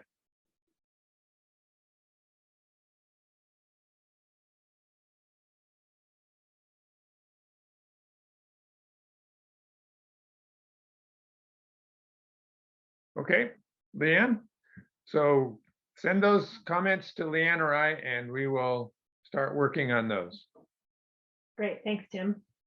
District Grant Committee. Yeah, now we'd like to welcome Hal Kibbe, who's our stewardship chair and also is one of the grant reviewers, and along with Kathy Poole, our district grant subcommittee chair, to the meeting. And Kathy's got some comments that she would like to share via slide, Tim. Okay, have I got them? You got them. There you go. Would you highlight her, please? Working on it. Good morning, everyone. Just a few comments. And first off, just a huge thank you to all of you who are out there working on district grants, both finishing up your 2021 final reports and working on your 21-22 projects. So yeah, I just want to say a few words of appreciation. We've asked you for a lot of details and documentation in submitting your final reports, and I can't tell you how much we appreciate all the hard work you put into getting the kinds of receipts that we're asking for and spending your grant funding out of your district grants bank account and paying attention to all those details that we're trying. The reason, of course, that we're doing that is so that we meet all of our obligations to TRF and don't jeopardize any future funding. So anyway, just a couple of comments. Again, thanks to all of you who've submitted your final reports for 2021 grants. The deadline was December 31st, and there's actually just a few clubs who have not yet completed and submitted their final reports. Several clubs did submit reports in December and towards the end of December, and so we're currently working on reviewing and finalizing those. So I think we're in touch with everybody who doesn't or who still has an outstanding final report for 2021. But if you have any questions, if you haven't heard from us, contact me, contact Hal Kibbe. I'll further on down here, we'll have both of our contact information again. If you don't already know us, because I think you've probably been in touch with us. Then on 21-22 district grant funding, so this current year's projects, there are a few clubs in this category whose 21-22 grants have not yet been funded. Because as you might recall, we have a requirement that your final reports be submitted from the previous year or years before you can be funded for new grants. So there's a few more clubs that we haven't yet funded your projects for 21-22. Our goal is to be finishing all that up in the next couple of weeks. And so again, feel free to reach out to us if you have any questions to me, and we'll make sure that we get back to you as quickly as we can. Just a few general reminders as all of you, as you are working on your current district grant projects. I really would like to encourage you to think about uploading your receipts, your paid receipts for project expenses as you go along, rather than necessarily waiting till the very end, or at least start compiling them in a way that will help you pull together your final report when your project is complete. That's certainly not a requirement, but we encourage you to do that if that's possible. Just another reminder, using your club's district grants bank account to pay for all of your project expenses. So when you collect all of your funds, your club cash and the DDF matching funds, we'd like to see those monies for your district grant projects go into your district grants bank account. And then as you're writing checks or paying for the project expenses, we'd like to see those funds come out of that account and not commingle those funds in your regular club's operating account. It really makes, excuse me, it really makes the review of all of your income, excuse me, your expenses and your projects at the final report time much easier. One other reminder, I know this is a nitty-gritty detail that you're probably not going to remember, but we hope and ask you to submit all of your receipts and documents as PDF files. Some of you take photos of your receipts and they end up coming through as JPEG files, and we really can't read them because we can't enlarge them. So that's just a nitty-gritty request. And then finally, please contact us with your questions. Hal Kibbe and I work very closely together. Huge thanks to Hal. Not only is he the stewardship chair for our district, but he is working so closely with me on district grants. And so contact either of us. Obviously, you can also contact Tim or Leanne or anybody else, and we'll circulate your message and get it around to the right people. You know, we welcome your feedback and your questions. And I do have to say, I have been away quite a bit in the month of December. So I'll be working in the next couple of weeks to catch up with reviewing those grant final reports that have come in the month of December. So appreciate your patience and look forward to working with all of you on your district grants. Thanks. Thank you, Kathy, and we appreciate the family comes first. So I wish you and your parents well, and thank you for your service. Hal, do you have any comments that you would like to share with the group? I just would like to say, I think there's been a vast improvement in documentation this last year over the previous year in terms of final reports and getting, you know, getting the receipts in and the canceled checks. I mean, it's a huge improvement. And the other thing I'd like to say is, Kathy and I realize there's a huge glitch in DACDB with expenses tab, and I'm going to be working with the software people at DACDB to get that improved, or we're going to figure out something different there because it's extremely hard to use rather than easier to use like we thought it was going to be. So we'll get that glitch fixed. Great, that is good news because I use that on my multi-club grant, and it is definitely a little cumbersome. Also want to do not only a shout out to you and Kathy for your extraordinary work and service in supporting our clubs in doing this, but your two team members, Bruce and Tim Q. We thank both of them. I think they're on the call as well. This is definitely takes a village here to do this, so we thank all of you for your work in helping our clubs in their projects. Definitely. Okay, Tim, I think we're going to move on through the agenda and do our global grant applications presentations.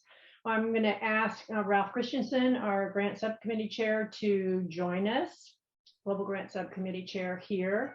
And while we're doing that, Tim's working one screen, I'm working the other screen. All right. So well, Ralph, one of the things that we start this section off with, whoops, go back to me, is how much district designated funds are currently available, because we are presenting 2 grants today, you know, as well. I'm dipping back into what we just heard from the Ecuadorian project there, just so people have an idea of what our global grant funding for future looks like. So there's your number there, about $250,000 in DDF is still available. I'm sorry, Ann? We didn't put together a survey for people to vote. Oh, no, we didn't. I'll see what I can do while the presentation is going on. What Tim was saying was typically I do anonymous vote, and I did not create that. I'm too excited about everybody that was on the call today. So I'll see if I can put that together while this is happening. So Ralph, I'm going to turn this over to you and Tim. We have 2 Global Scholar applications that are being presented today, and one of them, Tim, it's going to take a 2-vote process because it's stepping away from our district policy as far as approval of the DDF. So I'm going to turn it over to you guys. So I just have a Chuck and Tommy to join us as well. I just have a couple of comments. The first one was, wow, what a presentation from Ecuador, huh? And my comment about that is for the last 2 global grants meetings, this one and the one in October, we have had no applications for global grants. So all of you out there who have been thinking about a global grant, but just can't seem to kind of get it all together, you now have a real opportunity with those folks from Ecuador. What a great presentation. What a great project. It's touching all the buttons that TRF would like to see touched. I think that one is made to go. And of course, having those Rotaract clubs join in with that so they get their experience in a global grant like that. What an opportunity. That's just great. The other 2 applications that we have are about scholarships. And to be perfectly honest, that's not my wheelhouse. And that's why, Tim, you're going to present those, and I invite you to come on and give us your presentation and get us to a vote. Thank you, Ralph. I appreciate that. We have 2 Global Scholar applications that were put in, and I know Chuck Root and Tommy Drake have been working hard on these, and so I'm gonna let Chuck and Tommy present those grants, and then we will talk about voting for approval. Thank you, Tim. I'll start off and then ask Tommy to chime in. Some of you may remember that in the fall we approved 1 scholar from Afghanistan. We've been trying to help 2 different scholars get out of Afghanistan, and we approved a grant for 1, but he's still in the country, and he has also been accepted into our Peace Fellowship program a year from now. So he has chosen to continue to try to get out of Afghanistan. He's pretty desperate. We text almost every day. But he's not using the grant that we approved in the fall. So we're suggesting that instead we help this other Afghani with a grant. And he has been able to get out on his own. I'm not exactly sure how, and he has arrived in Texas. We've partnered with clubs in Texas and in Canada because we need an international club to be part of this. The Rotarians in Texas have actually paid his rent for this month and are helping him in other ways. Tommy's son is down there. Tommy's son picked him up at the airport, he and his wife, and brought them to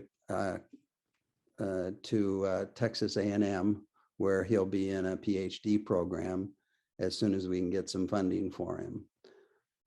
So that is one proposal. The other proposal is an additional water management. Chuck, can we just do this one first, since it's going to take 2 votes?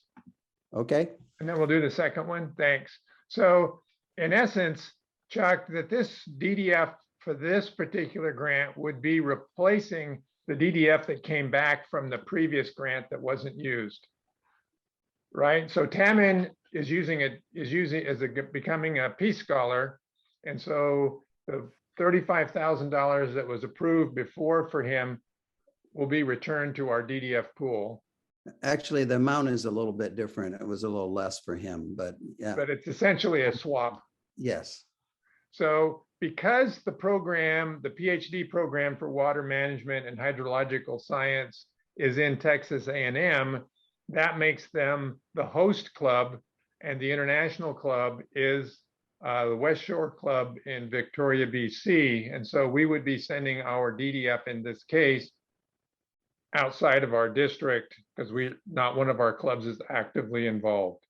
So what we would need is a vote to approve DDF this amount going outside our district according to our policy.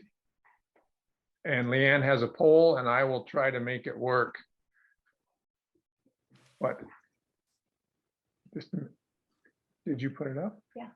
So the poll has been posted. Can everybody see it? I can't see it. That's probably because you're the host, you don't get to vote. But yes, people are responding.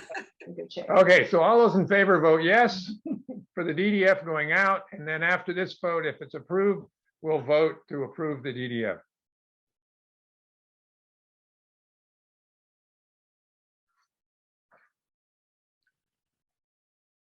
How many votes do we have? Well, we've had almost 80% of the respondents. So with 80%, it passes. So have you got another poll? Well, I will in 2 seconds. Leanne will put up another poll to vote to approve the DDF. First, here I'm sharing the vote to go Okay. outside of policy, so people see that. Now let me go back and fix this.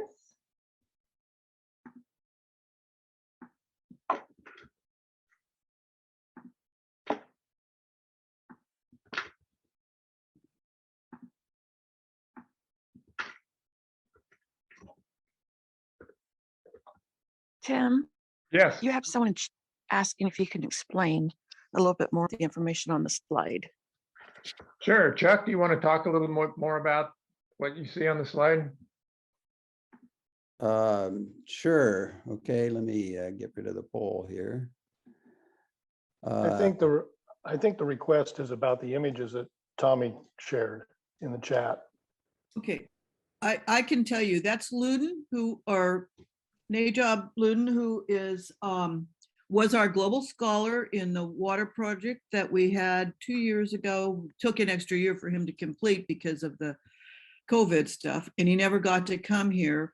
Rob Thurston in the Corvallis Club was, looking and working forward to him coming to OSU, but that didn't work.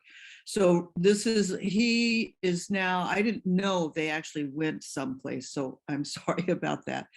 I have very low internet capabilities right now. Anyway, the one on the right is my son, Jason, and in the middle is Luden, and his wife is on the left. They're at a Texas A&M basketball game. And Jason is not a Rotarian, although I think that John Anderson at the Texas A&M Rotary Club will probably get him involved.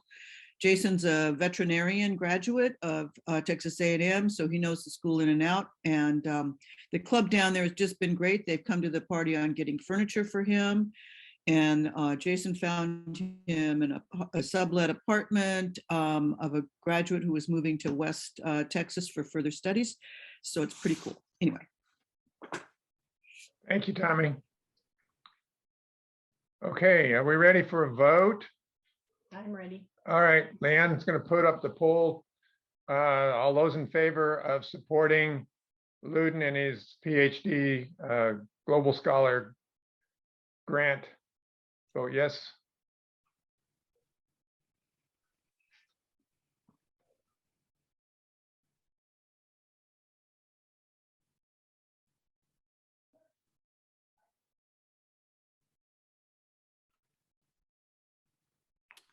Wow, thank you very much.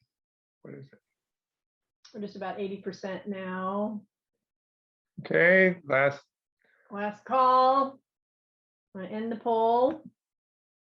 And there's your results. Oh, thank you. Thank you. Thank you so much. This really, we've been out on a limb on this. That's So nice. this is great. Appreciate all the work that Chuck and Tommy have put into Thank you, Jack. helping Thank you, Tom. Luden escape Afghanistan and get involved in this incredible project that's hopefully will bring some peace to the world. So Chuck, you want to talk about the next one? Sure. We've been partnering with a group for a while, a group of Rotarians. Steve Brown from Southern California is the main person on bringing students from the aerial sea area of Asia, the different stand countries. I think one year we had 7 or 8 different scholars from the different countries. They lived together for over a year and a half, going to 3 different universities in Europe, Central America, and Oregon State University. The clubs in Corvallis have been awesome. They've helped with all of the students that we've been able to give scholarships to. And so we have one more that we would like to ask for approval so that we can bring one more person into this program. Steve Brown's been doing some research on the impact that these students are having after they return to their own countries. And it's very impressive. I'll be happy to share that with anybody that's interested. I would also like to say that right now we have Dina, our current global scholar, and she is in Kazakhstan, or she's not there now, she's in the Netherlands, but you may have seen in the news some of the uproars happening in there. And the hope with Steve is that all these kids work together in a cohort, and then they go back home to all the stands and they know each other and they can continue to promote world peace. And the issue is water Yes, from a absolutely. lake that's shared with all the stands. Right.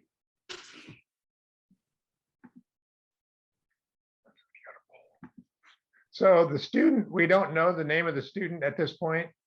Correct. And Steve Brown is on that, leads that selection of the appropriate student for the program. Right. Yes, and for those that don't know, Steve Brown was a member of the trustees for Rotary International for a number of years. Amazing person, and has talked to us in the past. Thank you. So I'm going to put that. Are there any questions before we go for a vote? I have a question. Yes. This is Dave Reese. So the question is, how many of these global scholars can we give with our DDF? And I'd like Chuck to give us a little explanation. He referred to the impact these scholars have on their country. And I get the cohort, I get the relationships that are developed so that the stands can get together and create peace. But what other things, what other benefits are we seeing by granting these kinds of grants and giving these scholars some opportunities? Thank you. Okay, well, it's kind of hard to summarize.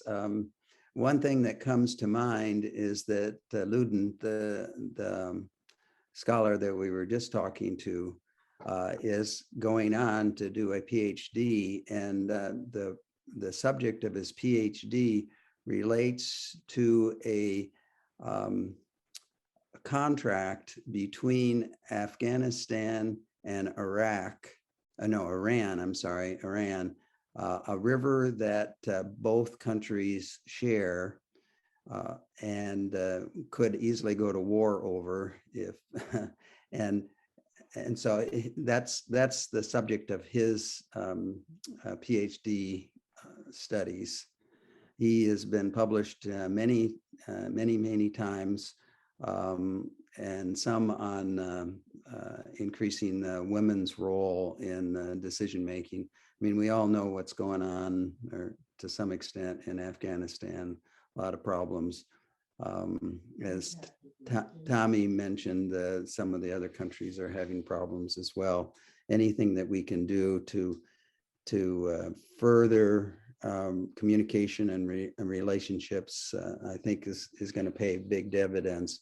But as I mentioned earlier, Steve has actually surveyed them, and they've responded in various ways, and I'd be happy to send some of that out to individuals that are interested. Tommy, did you have something to add? Somebody wanted to know what the stands meant, and that is all Kazakhstan. Iran doesn't have a stand at the end of their name, but they all go around this RLC region. And the river you're referring to is the Helmut River, and it comes from high in Afghanistan and goes down. And one of Luden's things is using Eastern or Muslim types of philosophies and trying to solve the problems there. That's what his PhD was on. And so it's pretty interesting stuff. And I think that he stands a great chance of being successful as long as he doesn't get captured by the Taliban, because he's an educated person. There was a question from Camille Ronzio. Is there a percentage of DDF that is allocated to global scholars? There's no set percentage for that amount. Jim Polk, our current district treasurer and district governor nominee, asked if if it's common to approve a grant before the student is identified. Not necessarily, Jim, but in this case, because it's part of the consortium and past trustees involved in it, we trust that an appropriate selection will take place. Do we know which country? Kim Myers asked if we know which country the student will come from. I don't know that answer. Chuck, do you or Tommy know?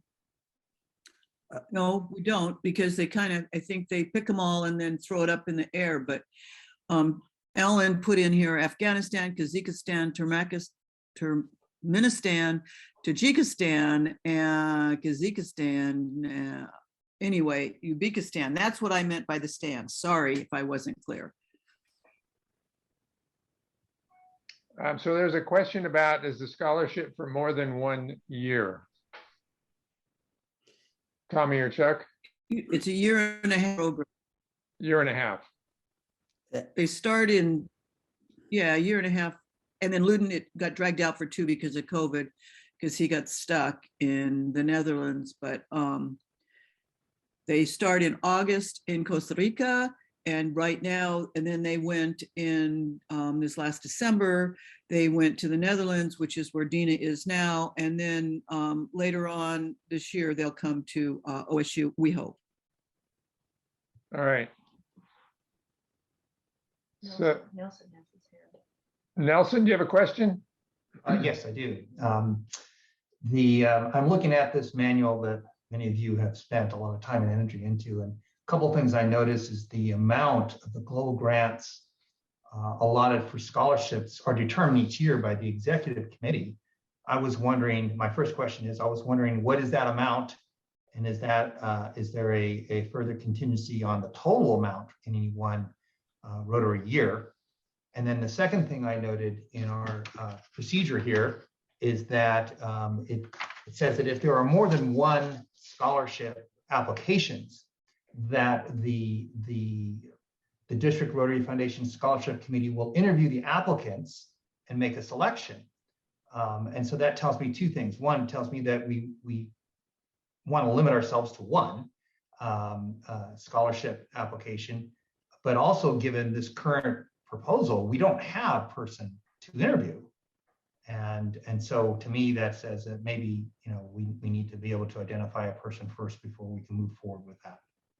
And then lastly, I think it's pretty obvious that the educational endeavor will take place outside of District 5110. And I think in our manual, it says that for scholarships, that it has to be in District 5110. So that would be an exception to our currently stated manual. Right, and we took a vote on that earlier. Yeah, this one that we're voting on now is spending 6 months in Corvallis. And then another comment, Nelson, I'll say is that this is a lot of money for a scholarship. Keep in mind that we have $252,000 in DDF, and under the new rules of TRF, we will lose that money if we don't spend it each year. Another comment that was made is that if 70,000 in DDF is removed, we will still have $180,000 in DDF remaining, with one meeting remaining in our cycle.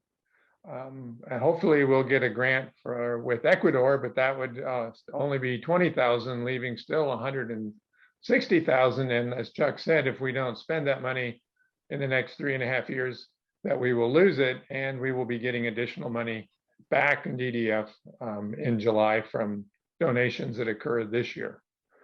So, and Nelson is correct in his interpretation of the policy manual that amount is set every year at the district meeting, executive meeting. And this past year, there was no dollar amount set because of the uncertainty and because of COVID. So if you have a recommendation regarding that, Nelson, then we can take that up absolutely in April if you want to set an amount. It's open for discussion, or if somebody wants to make that comment and bring it to we'll take it to the committee for this next year. As far as naming of the scholars, in our previous workings with this program with Steve Brown, past trustee, we have not interviewed the scholars. We have gone with what Steve has suggested.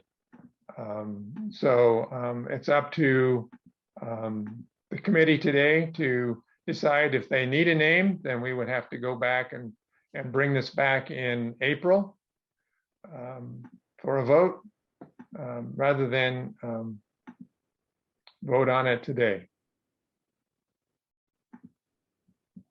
This is Jerry Harris. I guess my thought was, do we need to change the policies? I mean,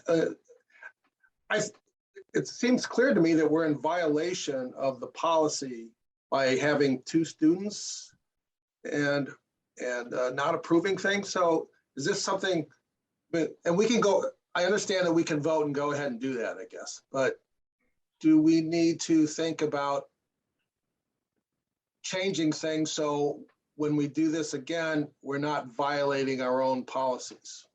And absolutely, that's maybe a discussion for offline, but my concern is we're not following policy. Absolutely. Totally understand it. And the reason that we stepped outside of policy was the amount of DDF that's remaining, and also supporting these important programs. The reason the policy was put in place in the first place is because we were running out of DDF every year because clubs were doing so many grants. And there is no club involved necessarily in Global Scholars because there's no club cash required. It's all comes from district DDF. That's the background of how we ended up where we are, Jerry. We have Dave and Tommy with still have hands up. So Dave? So I think your explanation is great, Tim, and that's part of what I wanted to see if we could explore a little bit deeper, and that is current DDF and rollover DDF and the executive committee's decision in the spring on what to do with the remainder. And just might be important to point out that there are occasions when there is leftover DDF that it gets allocated to either polio, to peace, some of the other things that our policy allows. So this is not really outside the realm. This could be done, arbitrarily by the district governor and the executive committee at the end. However, I think it is a healthy discussion to, explore our current policy, our guidelines, and how we're going about it. And I'm not opposed. I just wanted to make sure we all understood what we doing here. And you know, this is an unusual situation to have this much DDF available. And I think, as I said the other day in that our conversation, some districts have had as much as $350,000 or $400,000 of rollover they don't spend. So it's Right. worthwhile to talk about. Absolutely, absolutely.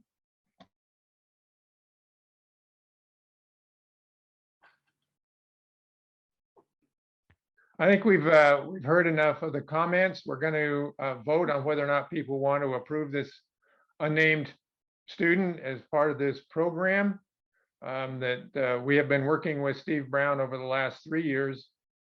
And if so, then we'll have to get a name and bring it back in April. So all those in favor, vote yes.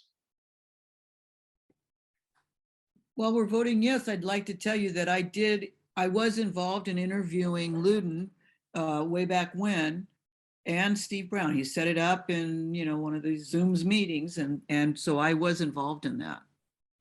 Thank you, Tommy. Okay, about 30 more seconds. I'm going to close the poll.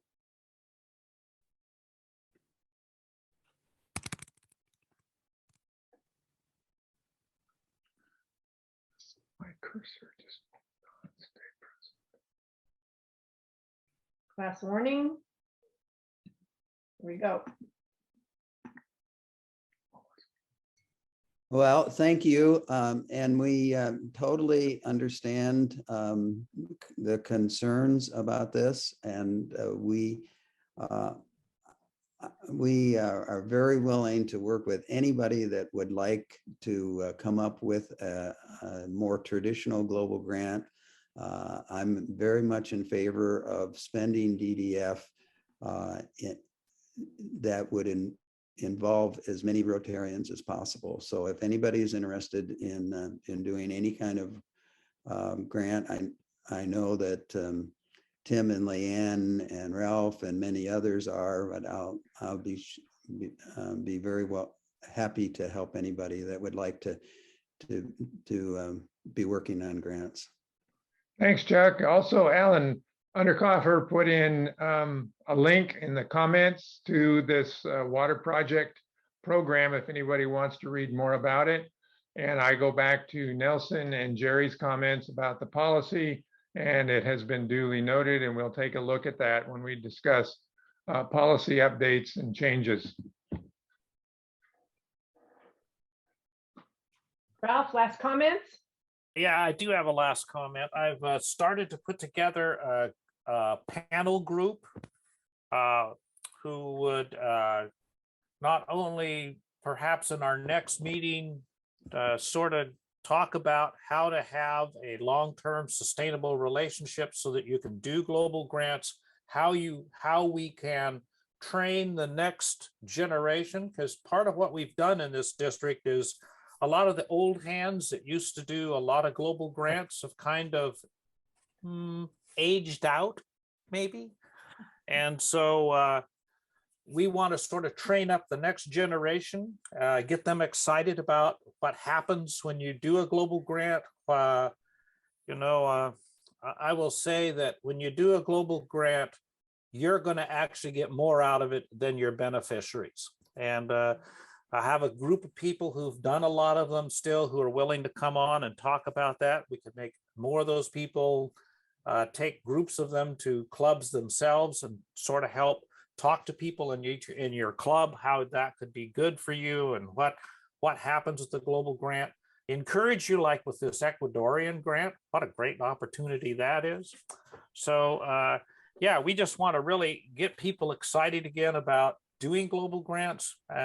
So we just don't have so much money laying around at the end of the season. So that's what we're working on, and hopefully that'll work out. Great, Ralph. Thank you. So we're going to close this out. You can see on your screen that please note in your calendar that April 2nd will be our final quarterly grant meeting of this year. And we'll wrap it up then. So lots to think about. Takeaways for today as I'm going to think about it. Priority of the list is please take information back to your clubs, your club leadership about the potential to be involved in a global grant with the Ecuadorian group and their environmental grant that they have put together and presented today. Next steps, if on that particular front, please get a hold of me if you need any more guidance. Again, that summary sheet was attached to the link that went out yesterday. Great things going on in spite of some of the things that we're all still having to deal with COVID. So thank you all. It was a great meeting attendance today. Really, really appreciate it. Wonderful to see you on behalf of Tim. You hear him in the background here. Please, based on your own personal experience, based on what you've heard from your other club members, please send us comments about changes you would like to see in the district grant and global grant policies in District 5110. That April 2nd meeting, once we conclude the quarterly grant meeting, then the executive committee will be meeting to put together those changes and develop policy revisions, if any, for the 22-23 Rotary year for all of us. So again, thank you so much for joining us today. It was a big packed meeting, and I hope each and every one of you got something out of it today. I know I certainly did. So I will, on behalf of Tim and I will say, have a great weekend to all of you, and we'll be talking with you soon. Thank you.